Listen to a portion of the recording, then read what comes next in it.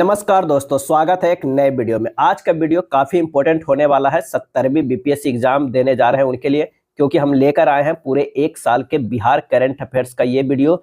ये उन लोगों के लिए भी महत्वपूर्ण होगा जो Bihar civil court, BPSC, Bihar SI एवं बिहार शिक्षक भर्ती के परीक्षा में बैठेंगे। तो आइए शुरू करते हैं बिहार के प्रमुख घटनाक्रम से। बिहार के गया में विष्णुपद मंदिर और बोध गया में महाबोधि मंदिर के लिए कॉरिडोर बनेगा। बिहार के गया में विष्णुपद मंदिर और बोध गया में महाबोधि मंदिर के लिए कॉरिडोर खबरों में क्यों है?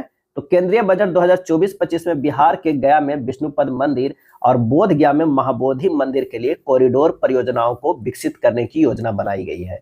बोध गया में महाबोधि मंदिर के लिए कॉरिडोर परियोजना जो है विकसित करने की योजना बनाई गई है। मुख्य बिंदु क्या क्या है? तो विष्णुपद मंदिर यह बिहार के गया जिला में फल्गु नदी के तट पर स्थित है।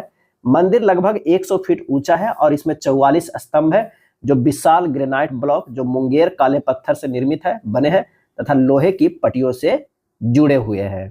इसका निर्माण वर्ष 1787 में रानी अहिल्याबाई होलकर के आदेश के तहत किया गया था। निर्माण 1787 में रानी अहिल्याबाई होलकर के आदेश के तहत जो है वो किया गया था। महाबोधि मंदिर बोध गया बिहार के गया जिले में स्थित है। ये तो विष्णुपद मंदिर का था, अगर महाबोधि के तो ये भी बिहार के गया जिले में स्थित है। ऐसा माना जाता है कि यह वह स्थान है जहां गौतम बुद्ध को महाबोधि वृक्ष के नीचे ज्ञान की प्राप्ति हुई थी। अब आइए दूसरा खबर देखते हैं कि बिहार सरकार के द्वारा केंद्र में मखाना के लिए एमएसपी हेतु आग्रह किया गया है। खबरों में क्यों है? तो मखाना बिहार राज्य के 10 जिलों में उगाई जाने वाली एक जलीय फसल है जिसके लिए बिहार सरकार ने केंद्र से मखाना के लिए न्यूनतम समर्थन मूल्य घोषित करने का जो है वो आग्रह किया गया है। मुख्य बिंदु क्या है? तो बिहार देश का लगभग 85% मखाना उत्पादित करता है तथा लगभग 10 लाख लोग प्रत्यक्ष एवं अप्रत्यक्ष रूप से इसके उत्पादन प्रक्रिया से जुड़े हुए हैं। इसे वर्ष 2022 में भौगोलिक संकेतक जीआई टैग भी मिला है। जीआई टैग भी मिला है 2022 में मिथिला मखाना को। सहारा इंडिया समूह ने सीआरसी सहारा रिफंड पोर्टल लॉन्च किया है। खबरों में क्यों है? तो सहारा इंडिया समूह ने सीआरसी सहारा रिफंड पोर्टल लॉन्च किया है जिसके माध्यम से निवेशक अपनी लंबित राशि का दावा कर सकते हैं। मुख्य बिंदु क्या क्या है? जिला प्रशासन ने अपने आधिकारिक वेबसाइट पर पोर्टल के बारे में विस्तृत जानकारी दी है। निवेशकों को रिफंड प्रक्रिया में तेजी लाने के लिए पोर्टल के माध्यम से अपने दावे तुरंत प्रस्तुत करने हेतु प्रोत्साहित किया जाता है। बिहार के 33,000 निवेशक शामिल हैं जिनके 410 करोड़ रुपए फंसे हुए। कितने? 410 करोड़ रुपए फंसे हैं। केंद्र सरकार ने पैसा वापस करने के प्रयास शुरू कर दिए हैं और कुछ निवेशकों को 10,000 रुपए मिल भी चुके हैं। अब रिफंड की सीमा बढ़ाकर 50,000 रुपए कर दी गई है। भारतीय अमेरिकी को बिहार दिवस पर सम्मानित किया गया। भारतीय अमेरिकी को बिहार दिवस पर सम्मानित किया। खबरों में क्यों है? तो 22 मार्च 2024 को बिहार दिवस के अवसर पर बिहार में जन्मे 4 भारतीय अमेरिकियों को सम्मानित किया गया है। आइए मुख्य बिंदु देख लेते हैं। तो पुरस्कार प्राप्त करने वाले होल्टेक इंटरनेशनल के संस्थापक एवं CEO doctor Chris Singh, Wipro के मुख्य परिचालन अधिकारी Amit Chaudhary, PRAN medical group के संस्थापक डॉक्टर दिनेश रंजन और न्यूट्रीवेट फार्म केयर के निदेशक अभिनव अतुल शामिल है। इन 4 लोगों को सम्मानित किया गया है। न्यूयॉर्क में भारतीय महावाणिज्य दूतावास द्वारा Bihar Foundation, USA East Coast Chapter एवं Bihar Jharkhand Association of North America के सहयोग से आयोजित एक विशेष कार्यक्रम में चारों नागरिकों को बिहार विश्व गौरव सम्मान से सम्मानित किया गया। बिहार विश्व गौरव सम्मान से सम्मानित किया गया। बिहार में रेलवे स्टेशनों के पुनर्विकास की आधारशिला प्रधानमंत्री ने रखी है। खबरों में है कि बिहार के 33 रेलवे स्टेशनों के पुनर्विकास और 72 अन्य परियोजनाओं के निर्माण का आधारशिला प्रधानमंत्री नरेंद्र मोदी ने पूर्व मध्य रेलवे ईसीआर के क्षेत्र के तहत वर्चुअली रखा है। मुख्य बिंदु क्या क्या है? तो अमृत भारत स्टेशन योजना के तहत परियोजना का लक्ष्य पूरे देश में कनेक्टिविटी, व्यापार और व्यवसाय को बढ़ाना है। बिहार के जिन 33 रेलवे स्टेशनों का पुनर्विकास किया जाएगा उनमें शामिल है Barauni, Siwan, Munger, Thawe, Sabour, Araria, Shivnarayanpur, Dauram, Madhepura, Dehri on Sone, Guraru, Karagola Road, Chausa, Laheriasarai, Banka, Simri, Bakhtiyarpur, Supaul, Nawada, Raxaul, Motipur, Lakhisarai, Makhram, Rafiganj, Mairwa, Piro, Bikramganj, Labha, Janakpur Road, Chakia, Nabinagar Road, Ghorasahan, Salmari, Ekma और शाहपुर पटोरी, ये 33 रेलवे स्टेशन हैं। अमृत भारत स्टेशन योजना का लक्ष्य देश भर में 1309 स्टेशनों का पुनर्विकास करना है। बिहार के कितने? तो 33। वाल्मीकि बाघ अभ्यारण्य में बाघों की संख्या में वृद्धि हुई है। खबरों में है कि राष्ट्रीय व्याघ्र संरक्षण प्राधिकरण एनटीसीए द्वारा आधिकारिक तौर पर वाल्मीकि टाइगर रिजर्व बीटीआर में बाघों की आबादी में वृद्धि की घोषणा की गई है। क्या है मुख्य बिंदु? तो घोषणा के अनुसार इसमें बड़ी बिल्लियों की संख्या में 31 वर्ष 2018 से 54 वर्ष 2023 तक की वृद्धि देखी गई है। इस अभ्यारण्य के अंदर रेत और पत्थर के खनन पर पूर्ण प्रतिबंध है और इसके पर्यावरण संवेदनशील क्षेत्र में खनन पर भी सख्त प्रतिबंध लगाया गया है। नीतीश डिवाइस, क्या है नीतीश डिवाइस? तो बिहार राज्य आपदा प्रबंधन प्राधिकरण ने Nitish novel initiative technological intervention for safety of human lifes यानी नीतीश डिवाइस लॉन्च किया गया है। क्या है इसका मुख्य बिंदु भाई? तो नीतीश डिवाइस को भारतीय प्रौद्योगिकी संस्थान पटना के सहयोग से विकसित किया गया है, यानी IIT पटना के सहयोग से विकसित किया गया है। इसे आधुनिकीकृत व्यवस्था से सभी जिला आपातकालीन संचालन केंद्र से एक साथ त्वरित सूचना का आदान प्रदान हो सकेगा। निर्णय समर्थन प्रणाली की शुरुआत होने से आपदा की स्थिति में अंतर विभागीय समन्वय और बेहतर होगा। संसाधनों का पूर्वानुमान लगाकर आपदा कार्यों को बेहतर ढंग से निष्पादन हो सकेगा। यह एक अभिनव लॉकेट या पेंडेंट आकार की तकनीक है जो किसानों और जनता के समय पर अलर्ट प्रदान करने के लिए अभिकल्पित है। यह तकनीक विशेष रूप से त्वरित यानी लाइटिंग, बाढ़, ग्रीष्म लहर, हीट वेव्स एवं शीत लहर, कोल्ड वेव्स को लक्षित करती है नीतीश डिवाइस। अगला जो खबर है, 3 नए औद्योगिक क्षेत्र बिहार में बनेंगे। बिहार सरकार ने राज्य में 3 नए औद्योगिक क्षेत्रों के निर्माण की घोषणा की है। कौन कौन? तो इसका मुख्य बिंदु है कि ये औद्योगिक क्षेत्र है बिहार के गया, मुंगेर और नालंदा जिलों में स्थापित किया जाएंगे। बिहार के गया, मुंगेर और नालंदा जिलों में स्थापित किए जाएंगे। उन विभिन्न प्रकार के उद्योगों में भारी उद्योग, मध्यम उद्योग और लघु उद्योग शामिल है। बिहार के गया जिले में बनने वाले औद्योगिक क्षेत्र में लगभग 1670 एकड़ भूमि का अधिग्रहण किया जाएगा, जबकि मुंगेर जिले में बनने वाले औद्योगिक क्षेत्र में लगभग 1200 एकड़ भूमि का अधिग्रहण होगा और नालंदा जिले में बनने वाले औद्योगिक क्षेत्र में लगभग 1000 एकड़ भूमि का अधिग्रहण किया जाएगा। नेक्स्ट खबर देखते हैं कि बिहार के 10 जिलों में बनाए जाएंगे सीड हब। क्या है? Seed hub. बिहार कृषि विभाग ने राज्य के 10 जिलों में बीज हब स्थापित करने की मंजूरी दी है। इसका जो मुख्य बिंदु है, राज्य के 10 जिलों में गेहूं, दलहन और तिलहन बीज का उत्पादन किया जाएगा। पहले चरण में प्रमाणित बीज उत्पादन के लिए 3125 एकड़ में खेती की जाएगी और संबंधित जिले के सहायक निर्देशक कृषि बीज हब के लिए गांव या पंचायत का चयन करेंगे। नेक्स्ट जो है वो है बिहार फायर ट्रेनिंग एकेडमी। खबरों में क्यों है? तो गृह विभाग ने राजधानी पटना के आनंदपुर बिहटा स्थित बिहार अग्निशमन प्रशिक्षण अकादमी के निर्माण को मंजूरी दी है। बिहार अग्निशमन सेवा के सभी अधिकारियों और कर्मियों को बिहार अग्निशमन सेवा के तहत प्रशिक्षित किया जाएगा। बिहार अग्निशमन सेवा नियमावली 2021 के तहत बिहार अग्निशमन प्रशिक्षण अकादमी में उप निदेशक स्तर के प्राचार्य का प्रावधान किया गया है। बिहार अग्निशमन प्रशिक्षण अकादमी भवन के डिजाइन के लिए संबंधित अधिकारियों को दूसरे राज्यों में भेजकर अध्ययन कराया गया है। नेक्स्ट है बिहार कारा उद्योग का ब्रांड मुक्ति। मुख्यमंत्री नीतीश कुमार ने पटना के सरदार पटेल भवन स्थित संग्रहालय में आयोजित एक कार्यक्रम में जेल उद्योग के ब्रांड मुक्ति का अनावरण किया गया। जेल उद्योग के ब्रांड मुक्ति का अनावरण किया गया। क्या है मुख्य बिंदु? तो संग्रहालय में जेल में कैदियों द्वारा बनाई गई सामग्री की प्रदर्शनी भी लगाई गई। बिहार की जेलों में बंद कैदियों ने 100 से ज्यादा वस्तुएं बना रहे हैं।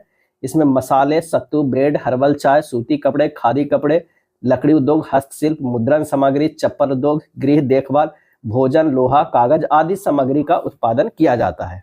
वर्तमान में बिहार के 8 केंद्रीय एवं 2 मंडल कारागारों में कुल 10 कारागारों में जेल उद्योग संचालित हो रहे हैं। कितने?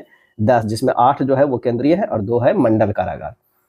पटना देश का दूसरा और मुजफ्फरपुर तीसरा जो है वो प्रदूषित शहर है। खबरों में है रेस्पिरर लिविंग साइंसेज की रिपोर्ट के मुताबिक बिहार की राजधानी पटना देश का दूसरा सबसे प्रदूषित शहर है, जबकि मुजफ्फरपुर तीसरे नंबर पर है। क्या है मुख्य बिंदु?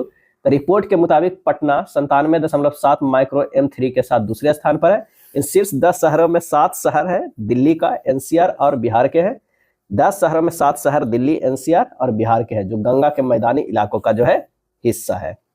बिहार का मुजफ्फरपुर जिला कृषि के क्षेत्र में देश में शीर्ष स्थान पर है। हाल ही में नीति आयोग ने देश के 112 आकांक्षी जिलों की डेल्टा रैंकिंग जारी की है। क्या है मुख्य बिंदु? इस रैंकिंग में बिहार का मुजफ्फरपुर जिला कृषि के क्षेत्र में देश में शीर्ष स्थान पर है। कृषि के क्षेत्र में लगातार सुधार ने मुजफ्फरपुर को आकांक्षी जिलों में प्रथम रैंकिंग पर पहुंचा दिया है। इस ओवरऑल रैंकिंग में मुजफ्फरपुर जिला का देश में 6ठा स्थान मिला है। यह शिक्षा में 100वें और स्वास्थ्य में 26वें स्थान पे है। शिक्षा में 100वें और स्वास्थ्य में 26वें। बिहार के सरकारी विद्यालय में कंप्यूटर लैब। खबरों में क्यों है? तो शिक्षा विभाग ने राज्य के 10,000 सरकारी विद्यालय में कंप्यूटर लैब स्थापित करने के लिए कार्य योजना बनाया है। मुख्य बिंदु क्या है? इससे कक्षा 6 से 8 तक के विद्यार्थियों को कंप्यूटर लैब की सुविधा मिलेगी। माध्यमिक विद्यालय में 20 एवं मध्य विद्यालय में 10-10 कंप्यूटर लैब बनाए जाएंगे। इसके प्रथम चरण में 4707 विद्यालयों में कंप्यूटर लगाए जाएंगे। नीति आयोग के एमबीपी डेटा रैंकिंग। हाल ही में नीति आयोग द्वारा एस्पिरेशनल ब्लॉक प्रोग्राम एबीपी की पहले डेल्टा रैंकिंग जारी कर दी गई है। क्या है इसके मुख्य बिंदु? इस रैंकिंग जोन में 6 में शामिल पूर्वी भारत में बिहार के सिवान जिला के अंदर ब्लॉक को शीर्ष स्थान मिला है। इस पहली डेल्टा रैंकिंग में तेलंगाना के भीम ब्लॉक का पहला और उत्तर प्रदेश के कौशाम्बी ब्लॉक को दूसरा स्थान मिला है। सभी श्रेणियों के विजेताओं को शीर्ष रैंक के लिए 1.5 करोड़ रुपया और दूसरे रैंक के लिए 1 करोड़ रुपये की पुरस्कार राशि प्रदान किया गया है। बिहार का पुनौरा धाम मंदिर खबरों में क्यों है? तो हाल ही में बिहार के मुख्यमंत्री नीतीश कुमार के द्वारा सीतामढ़ी जिले में अवस्थित पुनौरा धाम मंदिर मां जानकी जन्मभूमि परिसर के विकास कार्यों का उद्घाटन किया गया है। क्या है मुख्य बिंदु? इसके विकास हेतु पुनौरा धाम मंदिर के चारों ओर एक छतदार परिक्रमा पथ का निर्माण किया जाएगा, जिसमें बलुआ पत्थर का उपयोग किया जाएगा। इस विकास कार्यों में लगभग 72.74 करोड़ रुपया व्यय किया जाएगा। उल्लेखनीय है कि सीता वाटिका के समीप ध्यान लगाने के लिए शांति मंडल का भी निर्माण किया जाएगा। सीता माता के जीवन वृत्तांत को दर्शाने वाला 3D एनिमेशन की व्यवस्था पर्यटकों के लिए एक प्रमुख आकर्षण का केंद्र बनेगा। पुनौरा धाम बिहार में रामायण सर्किट के तहत जो है महत्वपूर्ण स्थलों में से एक है। क्या है? एक है। अगला है खबरों में क्या है? बिहार पर्यटन नीति 2023 के बारे में कि बिहार में पर्यटकों की संख्या को बढ़ाने के लिए बिहार पर्यटन नीति 2023 को राज्य मंत्रिमंडल ने मंजूरी दी है। क्या है मुख्य बिंदु? इस नीति में निवेशकों को कई प्रकार से वित्तीय प्रोत्साहन प्रदान किया गया है। इस प्रोत्साहन में 10 करोड़ रुपए के निवेश हेतु 30% की सब्सिडी, 50 करोड़ रुपए के निवेश हेतु 25% की सब्सिडी और 50 करोड़ रुपए से अधिक निवेश के लिए 25% की सब्सिडी प्रदान की जाएगी। अगला है मछली के उत्पादन में आत्मनिर्भर हुआ बिहार। हाल ही में बिहार सरकार से प्राप्त हुई जानकारी के अनुसार बिहार अब लगभग मछली के उत्पादन में आत्मनिर्भर हो गया है। क्या है मुख्य बिंदु? तो बिहार में प्रत्येक वर्ष लगभग 8.02 लाख मीट्रिक टन मछली की मांग के मुकाबले वर्तमान में लगभग 7.62 लाख मीट्रिक टन मछली का उत्पादन हो रहा है। राज्य में वर्तमान में प्रत्येक वर्ष प्रति व्यक्ति लगभग 6.464 किलोग्राम मछली की खपत है। बिहार विकास मिशन द्वारा समेकित रैंकिंग जारी। खबरों में क्या है? तो बिहार विकास मिशन द्वारा प्रति माह 7 निश्चय 01 और 7 निश्चय 02 योजनाओं के अंतर्गत जिलों की उपलब्धियों के आधार पर समेकित रैंकिंग जारी किया जाता है। मुख्य बिंदु क्या है? इस रैंकिंग में जिले की विभिन्न योजनाओं में की गई प्रगति के आधार पर मूल्यांकन किया जाता है। शीर्ष जिला है अररिया 76.22, दूसरा में है बक्सर। रैंकिंग में अंतिम जिला है मधुबनी 53.37, मधेपुरा 55.11 है। किसमें है? बिहार विकास मिशन द्वारा जो है समेकित रैंकिंग जारी किया गया उसके अंतर्गत है। आत्मनिर्भर भारत के तहत अफ्रीकी देशों में मढ़ौरा रेल। बिहार के सारण जिले में स्थित मढ़ौरा में बनने वाला रेल इंजन से अफ्रीका के विभिन्न देशों की रेल पटरियों पर ट्रेनें दौड़ेगी। मुख्य बिंदु क्या है? तो आत्मनिर्भर भारत के तहत अफ्रीकी देशों में मढ़ौरा रेल इंजन कारखाना से 2025 में इवोल्यूशन सीरीज के लोकोमोटिव का निर्यात किया जाएगा। पहली बार यह संयंत्र एक वैश्विक ग्राहक को निर्यात के लिए लोकोमोटिव का निर्माण करेगा। बिहार के सारण जिले में स्थित मढ़ौरा रेल इंजन कारखाना में सितंबर 2018 से उत्पादन शुरू हुआ है। 70 एकड़ में फैले इस रेल कारखाना का शिलान्यास 2007 में तत्कालीन रेल मंत्री लालू प्रसाद यादव के द्वारा किया गया था। दरभंगा एम्स को कुल 187.44 एकड़ जमीन आवंटित। बिहार के दूसरे अखिल भारतीय आयुर्विज्ञान संस्थान दरभंगा एम्स के लिए शेष बचे हुए 37.31 एकड़ जमीन का हस्तांतरण कर दिया गया है। क्या है मुख्य बिंदु? तो पटना के बाद बिहार के इस दूसरे एम्स का निर्माण दरभंगा के शोभन में होगा। दरभंगा के शोभन में, जिसे 1261 करोड़ रुपए की लागत से 36 महीने में बनाकर तैयार करने का लक्ष्य रखा गया है। इसके निर्माण का जिम्मा केंद्र सरकार ने HSCC इंडिया लिमिटेड को सौंपा है। काफी इंपॉर्टेंट है, HSCC इंडिया लिमिटेड को सौंपा है। अगले माह अक्टूबर 2024 में प्रधानमंत्री नरेंद्र मोदी इस अस्पताल की नींव रखेंगे। बिहार का पहला एम्स पटना में स्थापित 2004 में अटल बिहारी वाजपेयी के कार्यकाल में तत्कालिक उपराष्ट्रपति भैरों सिंह शेखावत ने 3 जनवरी 2004 को इसकी नींव रखी थी। इसका उद्घाटन 2012 में हुआ था, जो पटना का एम्स था। बिहार की सफल सतत जीविकोपार्जन योजना। 24 से 26 सितंबर 2024 तक रवांडा सरकार के एक उच्च स्तरीय प्रतिनिधि मंडल ने बिहार की सफल सतत जीविकोपार्जन योजना का अध्ययन करने के लिए नालंदा का दौरा किया। क्या है इसका मुख्य बिंदु? तो प्रतिनिधि मंडल ने हरनौत प्रखंड के डिहरी पंचायत के हासनचक गांव का दौरा किया, जहां उन्होंने SJY के तहत चल रहे कार्यक्रमों को जायजा लिया। सतत जीविकोपार्जन योजना को बिहार सरकार ने 5 अगस्त 2018 को 840 करोड़ रुपए की बजटीय आवंटन के साथ शुरू किया था। जीविका गरीबी उन्मूलन के लिए बिहार सरकार की एक जीविका स्किल्स पहल है, जिसे विश्व बैंक के सहयोग से 2006-07 में शुरू की गई थी। बिहार के पूर्वी चंपारण जिले में विश्व के सबसे बड़े रामायण मंदिर के निर्माण का दूसरा चरण जुलाई 2024 में विश्व के सबसे बड़े रामायण मंदिर के निर्माण का दूसरा चरण शुरू किया गया है। मुख्य बिंदु क्या है? तो मुख्य बिंदु है कि बिहार के पूर्वी चंपारण जिले में 3.76 लाख वर्ग फीट क्षेत्र में फैले इस मंदिर का निर्माण जून 2023 में शुरू हुआ है, जिसके वर्ष 2025 में पूरा होने की उम्मीद है। 500 करोड़ रुपए की लागत से निर्मित इस मंदिर के गर्भगृह में 33 फुट ऊंचा शिवलिंग स्थापित किया जाएगा। मंदिर परिसर में विभिन्न देवताओं के 22 गर्भगृह होंगे। दूसरे चरण में प्लिंथ स्तर तक निर्माण कार्य शामिल होगा, जो जमीनी स्तर से लगभग 26 फीट की ऊंचाई तक जाएगा। तीसरे चरण में शिखरों का निर्माण तथा संपूर्ण मंदिर का अंतिम परिष्करण कार्य पूर्ण किया जाएगा। इस मंदिर में कुल 12 शिखर होंगे, जिनमें मुख्य शिखर 270 फीट ऊंचा होगा। इस मंदिर की वास्तुकला कंबोडिया के अंकोर वाट, तमिलनाडु के रामेश्वरम के रामनाथ स्वामी मंदिर और मदुरई की मीनाक्षी सुंदरेश्वरी मंदिर से प्रेरित है। पूर्वी चंपारण जिले के केसरिया स्तूप।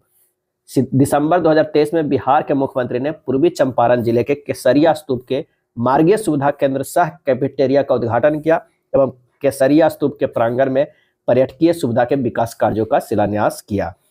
मुख्य बिंदु क्या है? इस योजना का कार्यान्वयन बिहार राज्य पर्यटन विकास निगम द्वारा कराया गया है। योजना के अंतर्गत टूरिस्ट विजिटिंग सेंटर एवं कैफेटेरिया भवन का निर्माण कराया गया। इस योजना की लागत राशि 6.90 करोड़ रुपए है। कैफेटेरिया के बन जाने से यहाँ आने वाले पर्यटकों को ठहरने में सुविधा होगी। केसरिया स्तूप का प्रांगण में पर्यटकीय सुविधा के विकास कार्यों की महत्वपूर्ण योजना लगभग 19.77 करोड़ रुपए है। यह बौद्ध प्रतीक चिन्हों में विशिष्ट महत्व रखने वाले केसरिया स्तूप के पास ही उसकी एक प्रतिकृति का निर्माण किया जाएगा। इसमें मुख्य स्तूप के विलुप्त भाग संरचना में उकेरे जाएंगे। मुख्य संरचना के चारों ओर कुल 8 लघु प्रतिकृतियां बनाई जाएगी, जिनमें विश्व शांति स्तूप, महाबोधि मंदिर, नालंदा विश्वविद्यालय के भग्नावशेष, अशोक स्तंभ, वैशाली विक्रमशिला, गुरुपा बोध स्थल, बराबर की गुफा एवं सुजाता स्तूप जो है वो शामिल। नेक्स्ट है IIT फैक्ट्री। बिहार का पटवा टोली गांव। बिहार में पटवा टोली नाम का एक गांव लगातार 1 दर्जन से अधिक IITian का मूल होने के कारण IIT फैक्ट्री के रूप में मान्यता प्राप्त कर चुका है। क्या है मुख्य बिंदु? तो गया में स्थित इस गांव में बड़ी संख्या में IIT क्वालिफायर है और लगभग हर घर में एक इंजीनियर है। पटवा टोली के IIT क्वालिफायर की सफलता की कहानी वर्ष 1991 से शुरू हुई, जिसने गांव में IIT क्वालिफाई करने की आकांक्षाओं को जागृति दी थी। यह क्षेत्र शुरुआत में वस्त्र बुनाई के इतिहास के कारण बिहार का मैनचेस्टर के रूप में जाना जाता था। पटवा टोली ने अब अपनी उल्लेखनीय शैक्षिक उपलब्धियों के लिए IITians के गांव के नाम से अर्जित किया है। मुजफ्फरपुर और मोतिहारी सर्कल में सबसे तेज 10 लाख स्मार्ट प्रीपेड मीटर। मार्च 2024 में north Bihar power distribution company limited NBPDCL ने मुजफ्फरपुर और मोतिहारी सर्कल में सबसे तेज 10 lakh smart prepaid meter SPM लगाकर एक महत्वपूर्ण उपलब्धि जो है वो हासिल की है। क्या है मुख्य बिंदु? तो मुजफ्फरपुर और मोतिहारी दोनों सर्किलों में 10 लाख SPM 14 महीनों में स्थापित किए गए हैं। यह आधुनिक ऊर्जा मीटर है, जिनका उपयोग वास्तविक समय में प्रति एवं विद्युत की खपत को रिकॉर्ड करने के लिए किया जाता है। पूर्वी चंपारण जिले के केसरिया स्तूप। मुख्यमंत्री नीतीश कुमार ने पटना जिले के बिहटा के सिकंदपुर औद्योगिक क्षेत्र में प्लग एंड प्ले सेट तथा मुख्यमंत्री उद्यमी योजना की इकाइयों का उद्घाटन किया है। इस अवसर पर मुख्यमंत्री ने औद्योगिक क्षेत्र परिसर में ही नवनिर्मित ब्रिटानिया इंडस्ट्री लिमिटेड का उद्घाटन किया है। इसके तहत मुख्यमंत्री ने भोजन इंटरप्राइजेज, आस्था टेक्सटाइल, प्रियंका इंटरप्राइजेज एवं आनंद इंटरप्राइजेज को 3-3 लाख रुपये का सांकेतिक चेक प्रदान किया है। इस अवसर पर अनुसूचित जाति, जनजाति, अत्यंत पिछड़ा वर्ग, महिला, युवा उद्यमी योजना के तहत लाभार्थियों को द्वितीय किस्त का चेक वितरण दिया है। वर्ष 2011 में ब्रिटानिया इंडस्ट्री लिमिटेड की प्रथम इकाई हाजीपुर में स्थापित की गई थी और 12 दिसंबर 2023 को दूसरी इकाई का उद्घाटन हुआ है और उत्पादन कार्य भी शुरू हुआ है। नेक्स्ट है प्रथम दीक्षांत समारोह में राष्ट्रपति द्रौपदी मुर्मू हुई शामिल।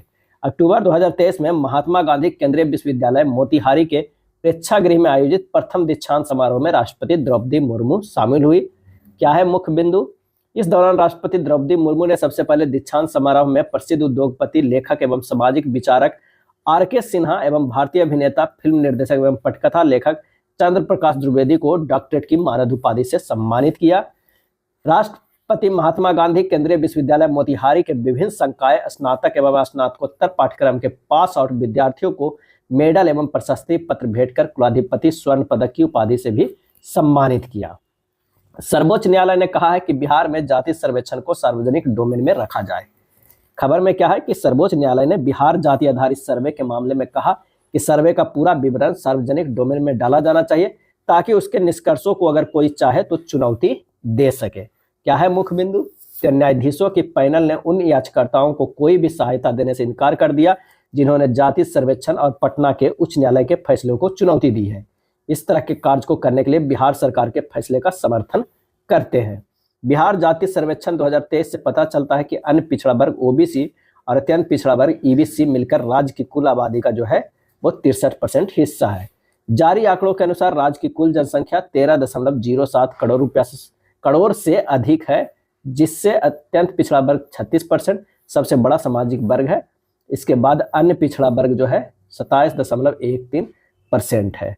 अब कितना जनसंख्या है? 13.07। बाल विवाह में वृद्धि। हाल ही में बाल विवाह पर किए गए लेसेंट अध्ययन में बिहार 16.7%, पश्चिम बंगाल 15.2% और उत्तर प्रदेश 12.5%, महाराष्ट्र 8.2% ने सामूहिक रूप से बालिकाओं के बाल विवाह के कुल मामलों में आधे से अधिक का योगदान दिया है। क्या है मुख्य बिंदु? तो राष्ट्रीय परिवार स्वास्थ्य सर्वेक्षण 4 के अनुसार 2020 से 24 वर्ष के बीच 39.1% महिलाओं की शादी 18 साल से पहले हो जाती है। जिला स्तरीय घरेलू सर्वेक्षण के अनुसार बिहार में CRY समर्थित परियोजनाओं के हस्तक्षेप क्षेत्रों में बाल विवाह का प्रतिशत सर्वाधिक सुपौल जिले में था। इसके बाद बेगूसराय, जमुई, समस्तीपुर और गया जिले में था। जनगणना 2011 के आंकड़ों से पता चलता है कि 13 मिलियन से अधिक किशोर बालिकाएं ऐसी है जिनकी शादी 10 से 19 वर्ष की उम्र के बीच हुई है। भारत में 3.8 मिलियन बालिकाएं माता हैं, जिनमें से 1.4 मिलियन के किशोरावस्था पूरी होने से पहले ही 2 या अधिक बच्चे थे। महिलाओं या बालिकाओं को शिक्षा प्रोफाइल से पता चलता है कि 39% बालिकाएं जो निरक्षर थी उन्होंने बच्चों को जन्म देना शुरू कर दिया था, जबकि 26% लड़कियां साक्षर थी, जिससे साबित होता है कि थोड़ी सी शिक्षा भी लड़कियों को सशक्त बनाने में बहुत मदद करती है। जुलाई 2024 में कैबिनेट बैठक में 27 प्रस्तावों को मंजूरी दी गई है। मुख्य बिंदु क्या क्या है? तो बिहार के भागलपुर जिले में बिहार का तीसरा केंद्रीय विश्वविद्यालय स्थापित किए जाएगी। बिहार के भागलपुर जिले में बिहार का तीसरा केंद्रीय विश्वविद्यालय स्थापित की जाएगी। इस बैठक में फिल्म प्रोत्साहन नीति 2024 को भी मंजूरी दी गई। हिंदी तथा अंग्रेजी फिल्म निर्माण के लिए 4 करोड़ रुपए तक का अनुदान दिया जाएगा। फिल्म निर्माण तथा आधारभूत संरचना के लिए निवेशकों को 25% सब्सिडी का प्रावधान होगा। क्षेत्रीय भाषा की फिल्मों के लिए अधिकतम 50% सहायता राशि सरकार द्वारा दिए जाने का प्रावधान भी है। शीर्ष विश्वविद्यालयों की रैंकिंग। हाल ही में इंडियन इंस्टीट्यूट रैंकिंग फ्रेमवर्क द्वारा देश के शीर्ष विश्वविद्यालयों की रैंकिंग जारी की गई है। इस रैंकिंग के अनुसार देश के शीर्ष 10 यूनिवर्सिटी में बिहार के समस्तीपुर स्थित डॉक्टर राजेंद्र प्रसाद केंद्रीय विश्वविद्यालय पूसा का 981.96 अंक के साथ जो है वो 7वें स्थान पे रहा। डॉक्टर राजेंद्र प्रसाद केंद्रीय विश्वविद्यालय पूसा। JNU को 2024 में देश का सर्वोच्च केंद्रीय विश्वविद्यालय का जो है वो दर्जा दिया गया है। नीति आयोग द्वारा SDG इंडिया इंडेक्स 2023-24 12 जुलाई 2024 को नीति आयोग द्वारा SDG इंडिया इंडेक्स 2023-24 जारी किया गया है। इस सूचकांक में बिहार 57 अंकों के साथ देश में सबसे निचले स्थान पर है। कनिष्क नारायण लेबर पार्टी की ओर से सांसद बन गए।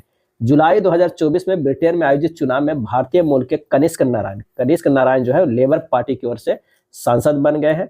कनिष्क नारायण का जो है संबंध बिहार के मुजफ्फरपुर जिले से है। ब्रिटेन के कीर स्टारमर के नेतृत्व में लेबर पार्टी की सरकार बनी है। काफी ये इंपॉर्टेंट है और इससे प्रश्न तो पक्का आने का उम्मीद है। BPSC 17 के क्या है BPSC जो है 17वीं हो रही है, उसमें कनिष्क नारायण का संबंध बिहार के मुजफ्फरपुर जिले से है। लेबर पार्टी से वे सांसद बने हैं और ब्रिटेन के जो लेबर पार्टी की सरकार बनी है कीर स्टारमर की बनी है। राजगीर में नालंदा विश्वविद्यालय के नवीन परिसर का उद्घाटन किया गया है। 19 जून 2024 को प्रधानमंत्री नरेंद्र मोदी द्वारा बिहार के राजगीर में नालंदा विश्वविद्यालय के नवीन परिसर का उद्घाटन किया गया है। नालंदा विश्वविद्यालय के निर्माण गुप्त शासक कुमार गुप्त वन के द्वारा करवाया गया था। नालंदा विश्वविद्यालय के अवशेष को वर्ष 2016 में यूनेस्को द्वारा वर्ल्ड हेरिटेज साइट में शामिल किया गया है। 18वीं लोकसभा चुनाव के नतीजे खबरों में क्या है, तो 4 जून को घोषित 18वीं लोकसभा चुनाव के नतीजे के अनुसार बिहार में लोकसभा के 40 सीटों में एनडीए द्वारा 30 सीट, इंडिया अलायंस द्वारा 9 सीट तथा निर्दलीय द्वारा 1 सीट जीत दर्ज की गई है। मुख्य बिंदु में बीजेपी के जो है वो 12 सीट, राजद के 4 सीट, लोजपा के 5 सीट, सीपीआई-एमएल के 2 सीट, हम पार्टी के 1 सीट, जदयू के 12 सीट, कांग्रेस के 3 सीट और निर्दलीय के जो है वो 1 सीट आया है। जमुई स्थित नागी और नकटी बर्ड सेंचुरी के रामसर साइट में शामिल हुआ। विश्व पर्यावरण दिवस 5 जून को अवसर पर वन तथा पर्यावरण मंत्रालय द्वारा जमुई स्थित नागी और नकटी बर्ड सेंचुरी को रामसर साइट में शामिल करने का ऐलान किया गया है। मुख्य बिंदु जो है कि वन तथा पर्यावरण मंत्रालय के अनुसार बिहार के दोनों सेंचुरी का कुल क्षेत्रफल 544.37 हेक्टेयर है। इसके साथ ही देश में रामसर साइट का कुल क्षेत्रफल अब बढ़कर 13.32 लाख हेक्टेयर से अधिक हो गया है। इससे पूर्व वर्ष नवंबर 2020 में बिहार के बेगूसराय स्थित कांवर झील को बिहार के पहले रामसर साइट के रूप में मान्यता दी गई थी। अगला खबर है, बिहार के 8 सांसद को मंत्री पद दिया गया। कितना? 8 सांसद को। प्रधानमंत्री नरेंद्र मोदी के नेतृत्व में तीसरी बार बनी सरकार में बिहार के 8 सांसद को मंत्री पद दिया गया है। इनमें से 4 सांसद को कैबिनेट मंत्री तथा 4 सांसद को राज्य मंत्री बनाया गया है। भाजपा कोटे से 4, जदयू से 2, हम और लोजपा से 1-1 मंत्री को शामिल किया गया है।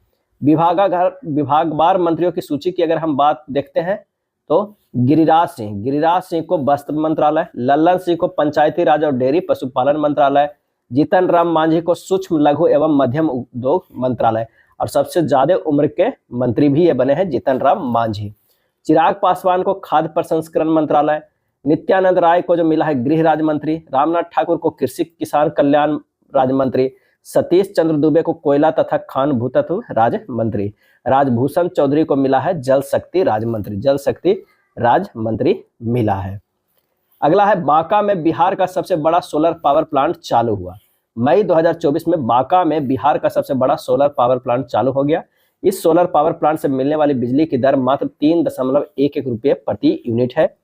150 मेगावाट सोलर पावर प्लांट की सफल कमीशनिंग के बाद राज्य सरकार को सालाना 17 करोड़ रुपए की जो है वो बचत होगी। 150 मेगावाट सोलर पावर प्लांट की सफल कमीशनिंग की गई है, राज्य सरकार को सालाना 17 करोड़ रुपए की बचत होगी।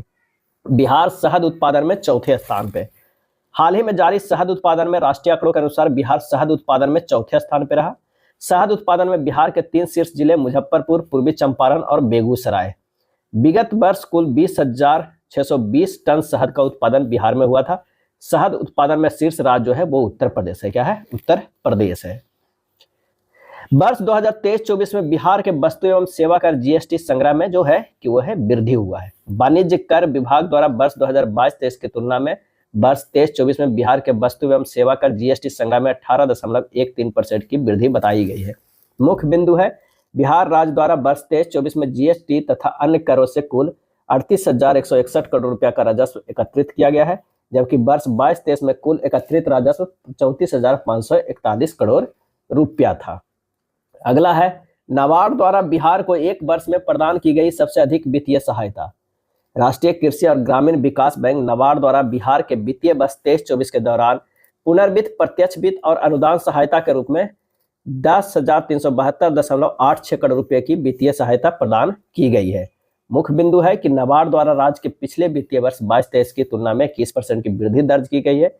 यह एक सांविधिक निकाय है जिसकी स्थापना वर्ष 1982 में राष्ट्रीय कृषि और ग्रामीण विकास बैंक अधिनियम 1981 के तहत की गई थी और नाबार्ड का जो मुख्यालय है वो मुंबई में है। संसद में नीतीश कुमार पुस्तक। हाल ही में जगजीवन राम संसदीय अध्ययन एवं राजनीतिक शोध संस्थान पटना में संसद में नीतीश कुमार पुस्तक का विमोचन किया गया। मुख्य बिंदु क्या है? इस पुस्तक में 1989 से 2005 तक नीतीश कुमार के संसद और केंद्रीय मंत्री रहने के दौरान संसद में विभिन्न मुद्दों पर दिए भाषण का संग्रह है। इस पुस्तक का संपादन समाज विज्ञानी जगत नारायण सिंह यादव ने किया है और प्रकाशन दिल्ली के साहित्य संसद प्रकाशन ने किया है। समाज विज्ञानी जगत नारायण सिंह यादव। नागी पक्षी महोत्सव 2024। नागी पक्षी महोत्सव 17 से 19 फरवरी जो है 2024 को आयोजित किया गया। मुख्य बिंदु, इसका उद्देश्य पक्षियों के संरक्षण के प्रति जागरूकता बढ़ाना है। यह जमुई में है। यह आश्रयनी सैकड़ों स्थानीय तथा प्रवासी पक्षियों का जो है वो क्या है? अधिवास है। नीतीश कुमार अतरंग दोस्तों की नजर से, नीतीश कुमार अतरंग दोस्तों की नजर से। हाल ही में लालू प्रसाद यादव ने ज्ञान भवन में आयोजित कार्यक्रम में मुख्यमंत्री नीतीश कुमार की जीवनी पर लिखी किताब नीतीश कुमार अतरंग दोस्तों की नजर का लोकार्पण किया। किसने? लालू प्रसाद यादव ने किया लोकार्पण नीतीश कुमार अतरंग दोस्तों की नजर में। इस किताब के लेखक हैं मुख्यमंत्री नीतीश कुमार के मित्र और बिहार राज्य आपदा प्रबंधन प्राधिकरण के उपाध्यक्ष उदयकांत के हैं, उदयकांत है। इंजीनियरिंग से पीएचडी कर चुके उदयकांत मुख्यमंत्री नीतीश कुमार के बहुत अच्छे मित्र हैं। भागलपुर के भिखनपुर में उनका घर है, भागलपुर के भिखनपुर में उनका घर है। पटना में भीम संसद रथ, 10 अक्टूबर 2023 को बिहार के मुख्यमंत्री नीतीश कुमार ने पटना में भीम संसद रथ को हरी झंडी दिखाकर रवाना किया है। क्या है इसका मुख्य बिंदु? तो भीम संसद का आयोजन 5 नवंबर 2023 को पटना के वेटनरी कॉलेज में आयोजित किया गया। मुख्यमंत्री ने संविधान बचाओ, आरक्षण बचाओ, देश बचाओ रथ को भीम संसद रथ के नाम से रवाना किया। संविधान बचाओ, आरक्षण बचाओ, देश बचाओ। भीम संसद रथ के माध्यम से राष्ट्रपिता महात्मा गांधी एवं बाबा साहब भीमराव अंबेडकर के आदर्श विचार एवं उनके द्वारा किए गए कार्यों को लोगों को अवगत कराया जाएगा।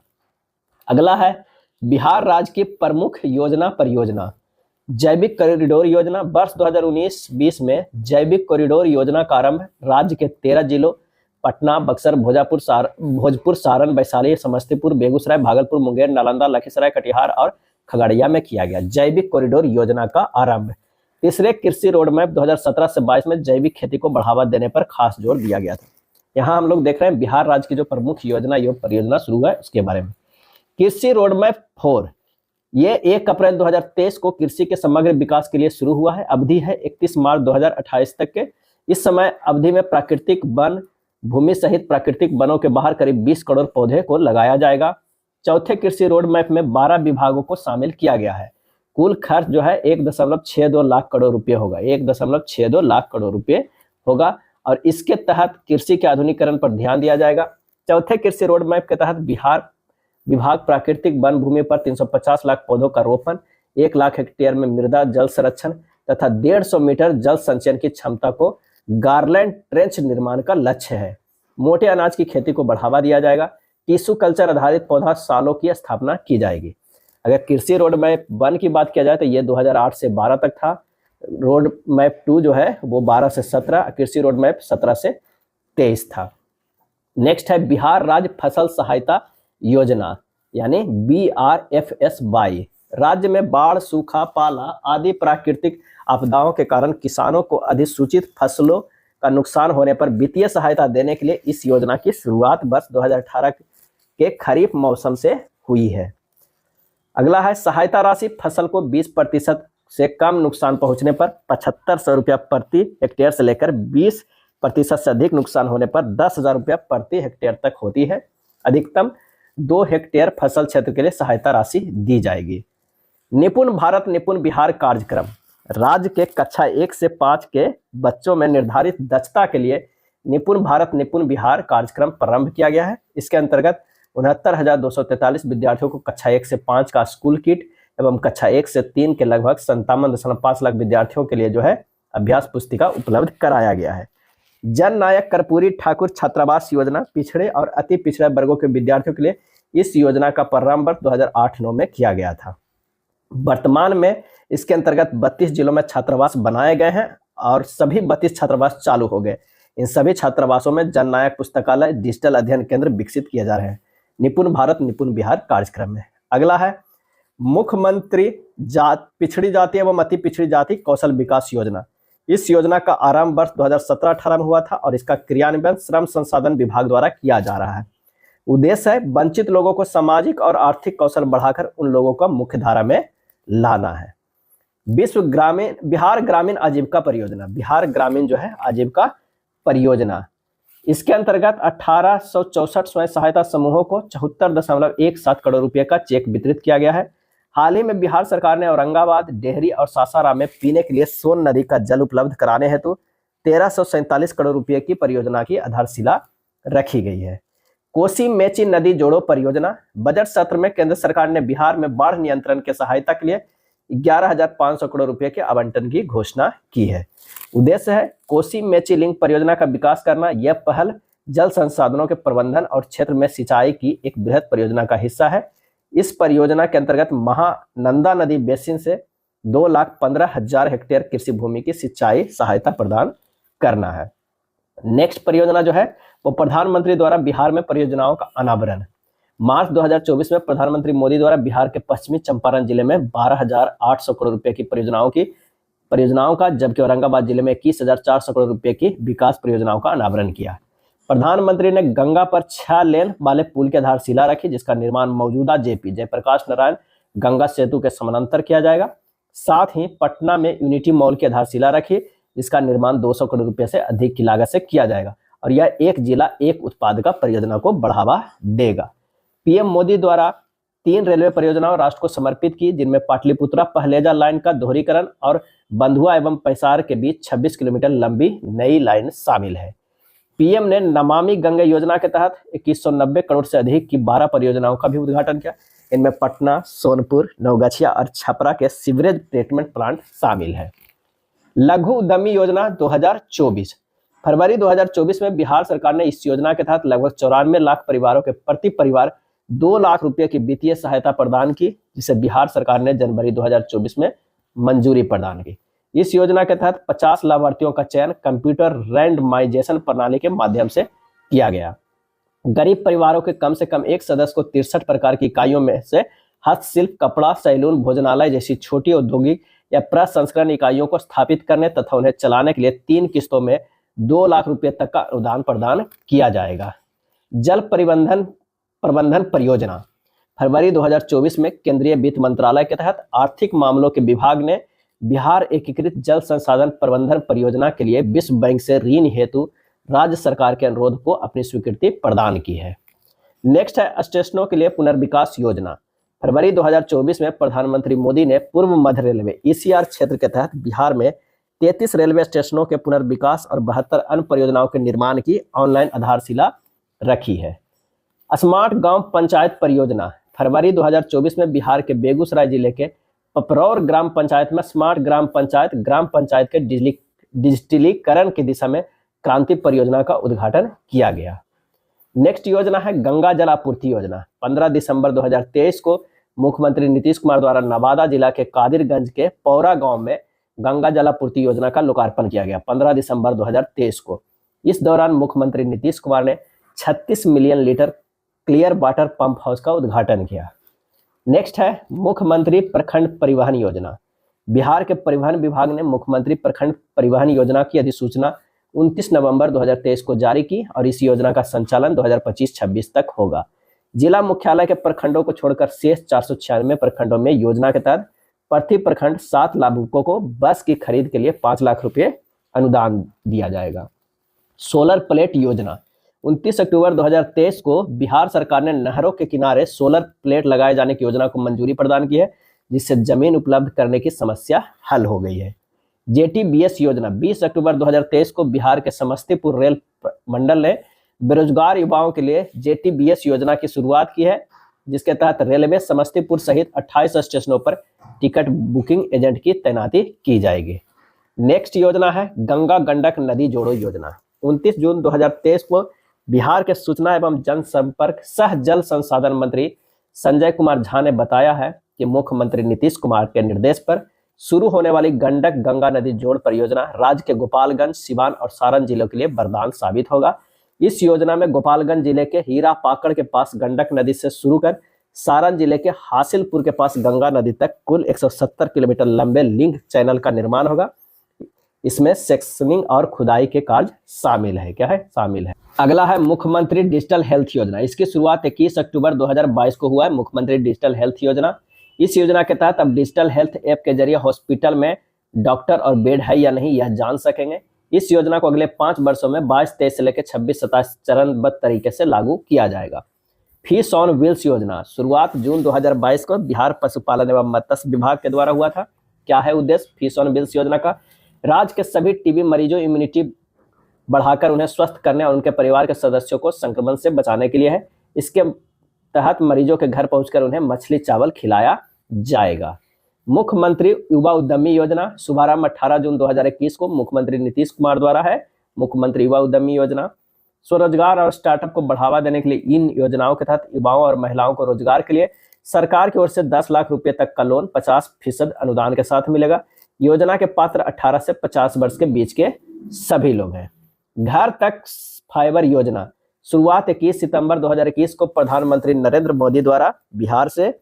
उद्देश्य है 45,945 गांवों को इंटरनेट की सुविधा से जोड़ना। घर तक फाइबर योजना।